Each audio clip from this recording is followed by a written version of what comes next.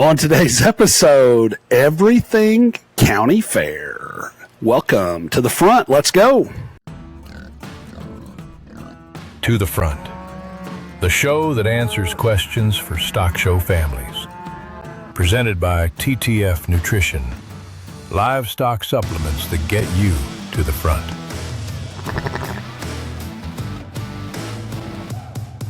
Thomas Gross, I see you over there dressed all in white. How we doing? Well, you know, there's a little color to the shirt over here, but it is a little red, white, and blue post 4th of July patriotic theme, I guess, going on over here. So we're doing great. How are you, sir?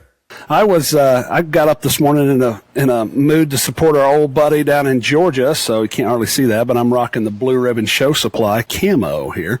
And I realized Mr. Jimmy does not have very good respect for my fitness because he sent me a 2X shirt, and I feel like I'm swimming in this thing. I think he said he sent one up for me, too. Maybe he meant it for me as you've been hitting slim down, trim down. But, you know, speaking of slim down, trim down, and we are a nutrition podcast, so I came across these, and I have a bone to pick with you. If you remember, a couple weeks ago, you were complaining about these Oreos with peanut butter in them. Oh, yeah. So we found Oreos with Reese's. Now, maybe it was because you didn't have Reese's. These are incredible. I mean, maybe incredible is a strong word, but very edible. 2/3 of the package is gone, and I'm the only one that's eaten any of them, so they must not be too bad. Yeah, I think those I could kind of get into. The mini Oreos that are just peanut butter in the middle, oh my God, it just makes me want to drive to wherever Nabisco's headquarters is and choke somebody. Like, what are you doing? We didn't need to make Oreos better. You know, I don't know if this made them better. It made them different, so then I can switch up my Oreo consumption and feel like I'm getting different flavors all the time. I like it. Now, I will say this. Oftentimes when I get into the Oreos, I feel like a cocaine addict because I do them by the line, right? Just however many you can fit in the width of your fingers, pull those out and set them down and just go to town. You know what I mean? Like I'm a real addict when it comes to Oreos. So I've been going to the minis a few times, and at least you don't feel as bad when you eat the whole bag. You know, I don't know if that's true or not, but. Is that kind of like if I eat a whole sleeve of Thin Mints, I'm not feeling so thin anymore? Is that kind of the same type of idea? Yeah. Let me tell you though, you bring up Thin Mints, I've got to tell you, and they're not in season or whatever anymore, when Wendy's had the Thin Mint Frosty, we got out of bed at 10 o'clock one night and drove to Wendy's to get a Thin Mint Frosty. It was those things are amazing. So whenever Wendy's comes back with a Thin Mint Frosty, I am a volume buyer. That's all I do. I don't care what they cost. Awesome. Well, hey, we promised everything county fair. We're getting ready to go to our county fairs. You had your first setup today, so I bet you're fired up. Boone County, Indiana, is that correct? It is our first county fair. We decided to go over and show in Boone County, and we don't live in Boone County, but one of the great things that we've decided here, maybe it's not a great thing, it's something we've made a conscious effort of, is we are going to do our best to have an awesome time at the county fair. And so that started with, for us, we have more friends that are our age that we show with on a regular basis that live in Boone County. It's about equal distance to the Boone County Fairgrounds as Hamilton County for us. So we made the decision we're going to show in Boone County with our friends. We're going to go have a great time, and the kids are really, really looking forward to the county fair experience. Yeah, it's crazy because one of the things we got sent today that we're going to discuss is why is the county fair the hardest place to show, right? And part of it for me is, like, I just think our county fair, we go in this next week. My kids want to go to the county fair. They can't wait to drag everything up to the county fair, and I just got back from judging the county fair. I'm a big fan of county fairs. My least favorite show we go to every year, for me personally, is our own county fair, right? And it just doesn't do it for me. But man, my kids, no matter what we've been doing or where we've been or anything else, they get fired up to go to the country fair. So we head in there. I want to say we go in like Saturday. Our deal's pretty nice in that it's a really short schedule for us with the pigs and cattle, so we get to go in, show after a couple days, and get home. But man, my kids are fired up. My daughter is juiced up for the country fair, so we're going to do the same thing. And like I said, I judged one out in Colorado this week, and it was had one of the best times I've ever had judging a show. But when it comes time to go to my own, I'm like, ugh, gosh, here we go. That's always my attitude. So let's jump right into it, though. What's question number one that we've been sent? Julie sent us a question, and she said, we're heading to our very first county fair as a family. Give us some last-minute advice. Ooh, last-minute advice. So, I think, I was going to say, we've started with maybe some of our advice, and I think that is, Mom and Dad, let's go have fun at the county fair, and let's set aside all of maybe our personal emotions that we have about the county fair and not ruin it for our kids if we can. And I think we can all be jaded about those local fairs. And part of the reason is we've got a lot of history at our county fair. And if you're like a lot of livestock families, you kind of grow up in an area, you might have shown at that county fair, you're now raising your family in that county fair. And so there's a lot of history, and good or bad, that history comes with you into your approach with your kids. And so if we can set some of that history aside and say, my kids are pumped to go to the county fair, let's go have a good time, I think that's number one. And if it's your first one, depending on how broke your animals are or how many shows you've been to in jackpots, how prepared you are, your intensity and your stress level starts to get ratcheted up a little bit. And so I'd say, to the extent that we can start off by saying, we're going to go have a good time, if the pigs aren't broke enough, we're going to get frustrated. We've got to be calm before that. If we've not been to a show before, we're going to be experiencing new things for the first time. We're going to try to take it in and learn along the way instead of trying to get wound up, I guess, at the county fair. Yeah, I agree with that wholeheartedly. The other piece that I will say, and it's been a very, very long time since my kids were going to their first county fair. I can remember it. Our first one was during COVID. And so we were trying to figure out whether or not we'd get to have a show and how do you do it. And it was a one-day hog show and all those different things. We had more than we could show off the trailer because we couldn't go in the barns that year. So I remember vividly going to our first one with my kids.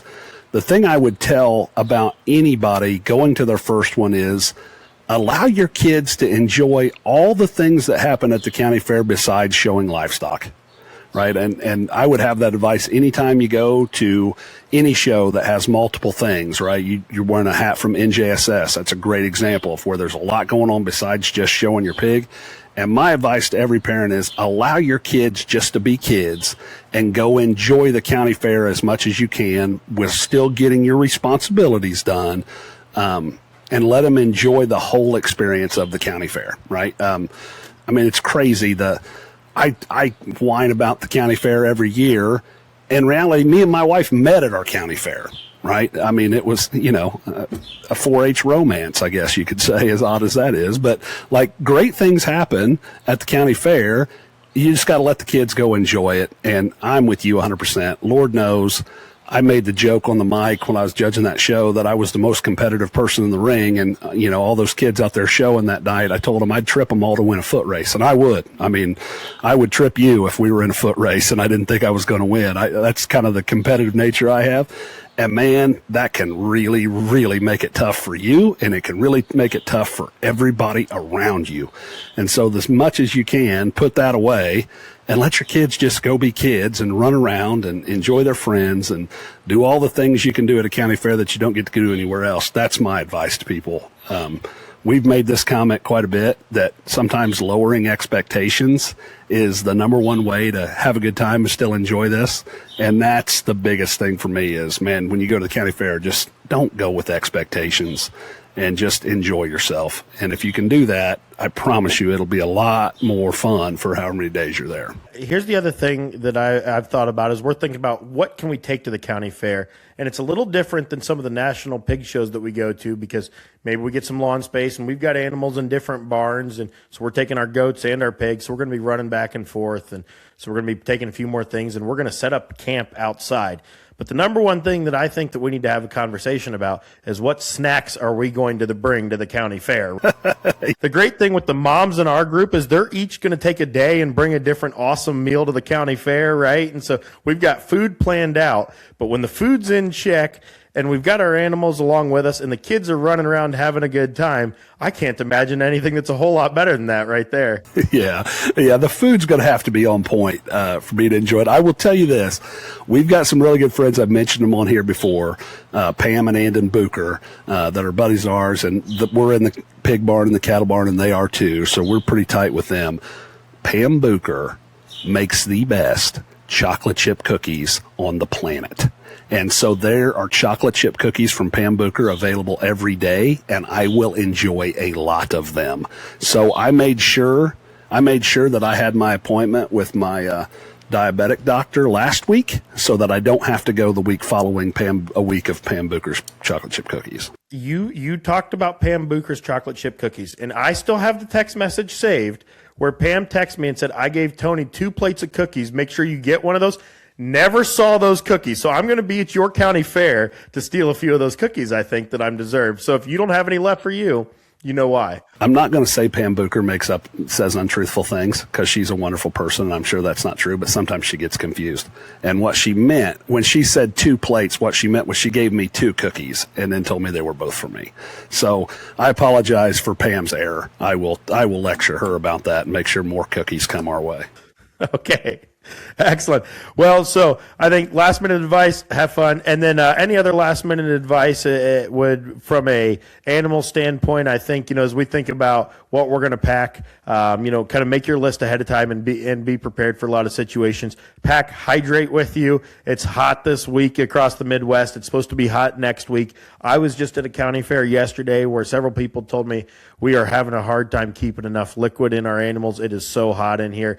Utilize hydrate, I guess, and not to give a complete product plug here, but that's the advice that I'd give you if you were standing right in front of me. So make sure that your animals are well hydrated at the show. Yeah, I came back from Hamilton County Fair in Noblesville, Indiana this morning, and had to run down there for a couple reasons, helping my cousins, our first year. They're in the exact boat as this listener right here, that it's their first year at the county fair, first year with a show pig. So had to go down there and help my cousin Jeremiah get ready for his first showdown that's going to happen here this afternoon. And then I had probably 10 families reach out to me about needing hydrate, and it was a family, at least one family in every single barn. So I went down this morning to help a young man drench his steer with some hydrate to get him back going. Obviously there was hydrate bags all over the pig barn, and then I walked over to help some people with some goats and some sheep, and it was the exact same thing. There were hydrate bags literally in every single barn at that fair, and I helped some families in every single barn just kind of get their animals restarted. Same kind of thing, new environment. It's hot. It's uncomfortable. Some of those older county fair barns don't exactly breathe real well. So depending on the barn at some of these places, it can get pretty stuffy. And it doesn't take much for those things just to decide, today's not my day. I'm not eating. I'm not drinking. Hydrate. We got another Facebook message from a guy out in Iowa that said, hey, my heifer never drinks. I started drenching hydrate a week before, took her to the junior nationals, and as soon as we unloaded, she drank 3 buckets. And that's what hydrate does. More than anything else, it causes them to drink. So I love your advice. If you're going to a county fair, I would have hydrate with me. I would make sure I was prepared for animal comfort, because most of those barns do not breathe well, and it's pretty uncomfortable. And just relax and try to enjoy it, and don't go with expectations. If you're going to the county fair because you have to win the county fair, that's probably not going to end real well for you no matter what happens. Next question that we have here is from Seth, and this is going to touch on the same thing. He says, our fair is 6 days long, and our show is on day 4. What's your game plan? How do we keep pigs on track? And I think when this message came in on Facebook too, they were saying something about, there's an open show kind of first couple days, and then their target show is on day 4. What do we do? How do we think about it? What are we doing from a hydrate standpoint or a, maybe liquid standpoint to keep your pigs on track the whole time? Yeah, that's a long county fair. That is a long show. That's longer than a lot of the national shows that we've went to this summer or you've been to. And I will tell you that, to me, there's a couple different things to this that I think about when we leave to go somewhere. One is, got to be real honest about what your trailer ride's going to be and what the creature comforts are going to be for your animals while they're going there, right? And county fairs can be notoriously long unload times depending on how they handle it. Like a lot of times, You know, they don't do it at my county, but down there at Noblesville, you weigh right off the trailer. And so it takes a long time to get unloaded and get those animals processed, multiple hours sometimes. So you got to be real honest about what those animals are going to experience while you're traveling to and waiting in line to get them off the trailer. And so I think about that kind of as one thing, and then how that evolves into my timeline for getting them ready for the show, kind of as a separate issue. If I was in their shoes and we had 4 days before we showed them, I'm not as concerned right away about when I start hydrate at home. What I do want to make sure is I don't have a major setback traveling to and getting checked in that puts me behind the 8 ball then when it's time to get ready for the show. So if I'm in their shoes myself, I'm going to start hydrate maybe a day or two before we go in, before I put them on that trailer. If I know it's going to be a bad experience or potentially hot, potentially a long wait, I'm going to go ahead and start hydrating them early, just not at a breakneck pace, but just a couple shaker bottles a day if you're using hydrate. I'm going to do that for a couple days with full water leading up to the travel. Then once I get them in and get them checked in, I get my weights and I kind of know where I need to be, then I'm going to go back to the process that we always lay out.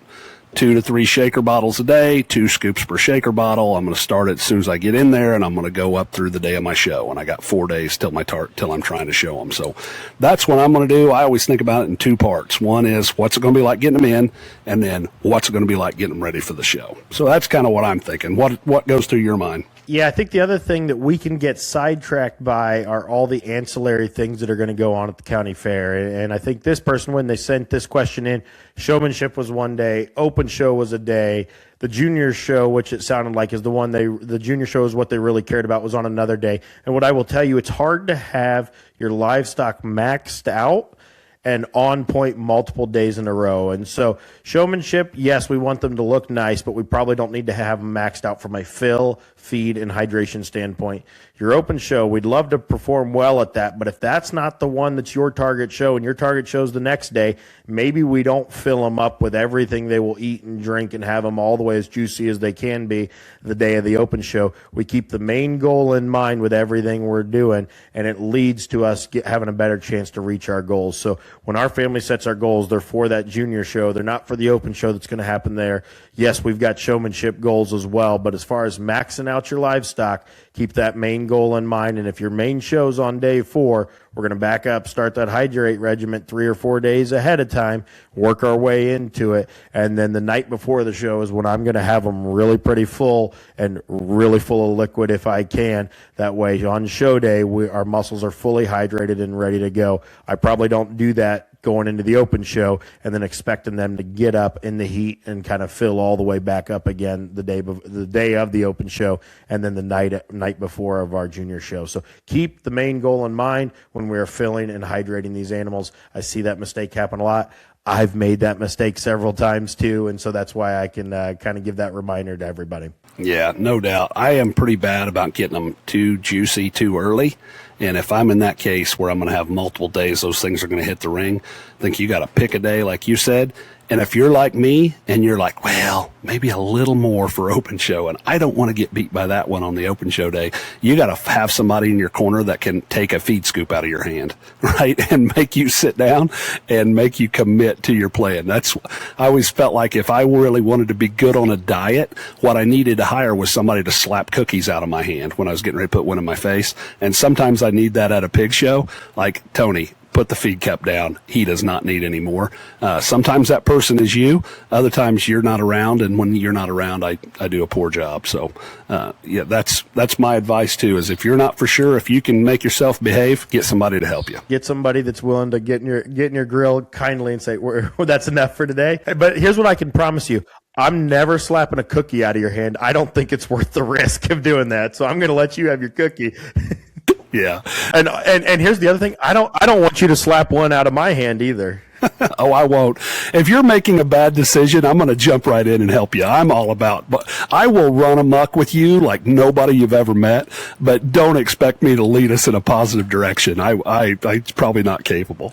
Hey, the final question here, and I think this is the one that I'm going to call the hot button for the day, is Joe asks, why does it seem like county fair is the most difficult place to show? And I think the easy answer to that is because it's close to home. We see those people at the feed store. We see those people at school. We see them at sporting events. It is home, and we always like to protect our home turf. And so I think that's the easy answer as to why it's difficult. But, Tony, what else have you guys seen that you think, hey, this is why things are a little bit more challenging for all families at the county fair? Well, I think part of it has got to be, and we're both in the state of Indiana, and my shout out, if you run these shows and do this, I know it's a thankless job, and I wouldn't want to be a person wearing a badge at a county fair. I know that, right? I don't want to be the council member. I do not.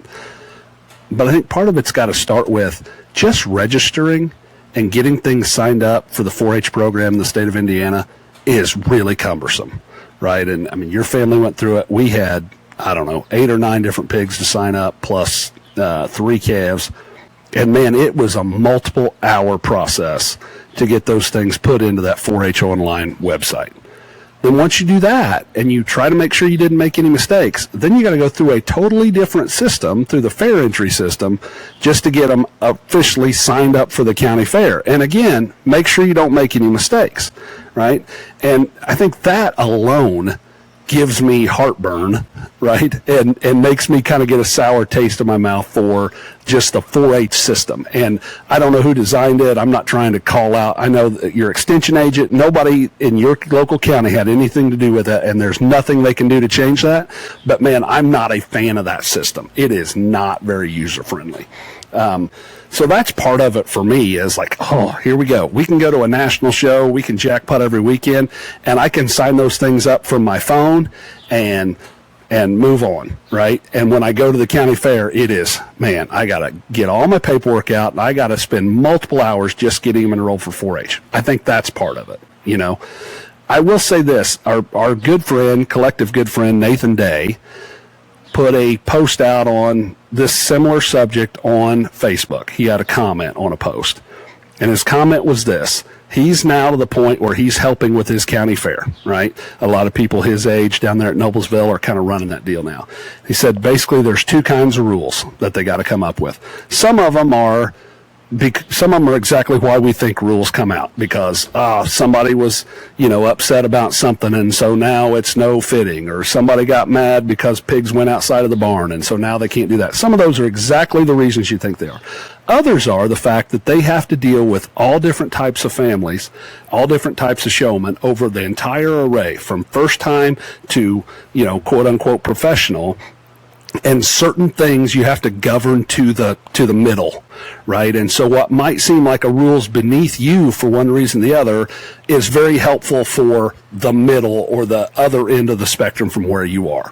And it's very easy to lose sight of that perspective when you're just aggravated about going to the county fair to begin with. And I thought Nathan, who's been through every part of this industry, I thought that was pretty good insight that he put out on Facebook the other day. That was a very, very astute comment that we got to remember that we're not the only ones there, and some folks need one thing or the other, I agree with you 100% just on the people and the relationships piece of it. Like, there's nobody we want to beat more when we go somewhere than somebody from our own county. Right? Like, if you got to see them all the time, I want to stomp them out, right? That's kind of how I am. If I don't see you very often, then I'm not as worried about it. But man, I mean, that part of it's, I think, just human nature. But gosh, the county fair and the 4-H system in our state anyway is pretty cumbersome. It's probably necessary in a lot of ways, but my land, it can be cumbersome. Well, one of the things that I think the goal of the system is great. In theory, to say we want to stop cheating from happening. We have some deadlines. We have some entry dates. We want to make sure that you are following these rules. And what I'd say is grown out of that is a really complex system that people are, there's a large barrier to entry. And that's one of the things that scares me a little bit is county fair numbers continue to drop across the country. And I think we should be really worried about that. One of the reasons why that might be happening is this barrier to entry. And I know this is our first year in 4-H, and we signed up for, when we signed up for one of the national shows we went to this year, I timed it just for fun. We spent 7 minutes getting registered for our national show. We had spent 3 nights working to make sure that all of our animals, part of that's a product of me having too many of them on feed, I know. But we spent, 3 nights getting all of our animals, and my wife and I were both very nervous that if we put a wrong number somewhere, or if we didn't take the right picture and attach it to the right pig, that then we were going to be unable to show. And so I think the rules were developed to make sure that people adhere to rules. And what I'd remind some people is we can make all the rules in the world, and cheaters are going to cheat, right? And so we can't always govern legality or rule following all the way across the board. And instead what we've done is we've made it really difficult for the average family that wants to follow the rules, and we've made it even more difficult for the first year family that has no experience doing this. And I'm afraid that that's going to say, well, baseball took me 7 minutes to register, the fair took me 12 hours to register, and then I showed up at the county fair, and unfortunately I heard a story recently of an animal showing up at a county fair, and there was a number off on the RFID tag, and they wouldn't let the animal show. And so to that county fair exhibitor or superintendent, I'm going to tell you this directly, and you're probably never going to hear this: let the kids show, right? And so let's develop systems that let kids show. They've worked hard with their project. Don't kick them out at the end for a technicality that clearly nobody was trying to cheat or do anything wrong here, right? And so we've created these rules to try to stop cheaters. I don't know that we've done that anyways, and we've made it really difficult on the average family. So why is it difficult? Because of rules that are in place sometimes that have kind of raised the barrier to entry. I think the other thing is, unfortunately, the county fair mentality has become, we're going to pull the winners back to us instead of trying to raise our own game and our own expectations, right? And we've all experienced this. If you've had success at the county fair, it seems like there's a rule that comes out next year that's squarely aimed at you. And instead of saying, how can we all get better and how can we all raise our level of pay or play, instead it seems like we're going to drag winners back to us. And I'm going to tell you, as a business owner and somebody that's hired some people over my lifetime, I never want to hire people that want to pull success back. Instead, I want people that try to raise their game to up their level. And so in life, people that are successful try to get to the front, right? They try to raise their level of play. They try to raise their level of work. They're not saying we need to drag the winners back to us, right? And so start with your kids when they're young. Encourage them to try to raise their game instead of trying to just pull winners down off the podium there. Absolutely. And you and I have a rule still in place at the county fair that we still go to that was directly aimed at us. And it was, we go in on a Friday night and weigh on Saturday morning. And so I brought a set of scales up so that Saturday, between all of your sister and all of my kids, we had about 8 crossbred barrows. And so I brought a set of scales in so we could try to keep those barrows from all being in the same class. And the very next year, there's a rule about do not bring any other scales onto the fairgrounds. Funny thing about it to me was the committee who put the rule in place also used the scales to weigh their pigs. So that kind of cracked me up a little bit. Now, I always get a chuckle now when I read our rule and think about the people that put it in place. It just kind of makes me laugh. I agree with you a lot that people that are administrating rules need to have an understanding of the spirit of the rule and not the letter of the rule. And a great example of that happened to my family years ago. And I was 9 years old. I was probably, right at 9 years old. It was the first summer. You guys have probably heard the story. My father passed away when we were really, really young. First summer we were trying to do 4-H. It was just my mom and us.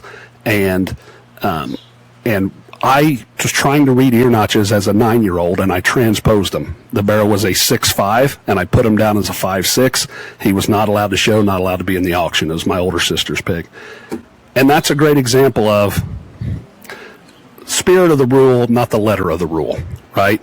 There was no reason that our barrow, who wasn't even any good to begin with, couldn't have exhibited, and we couldn't have made that correction and moved on. And I think we have to, if you're running a show, my ask of you is take each example as its own entity and be a slave to the spirit of the rule, not the letter of the rule.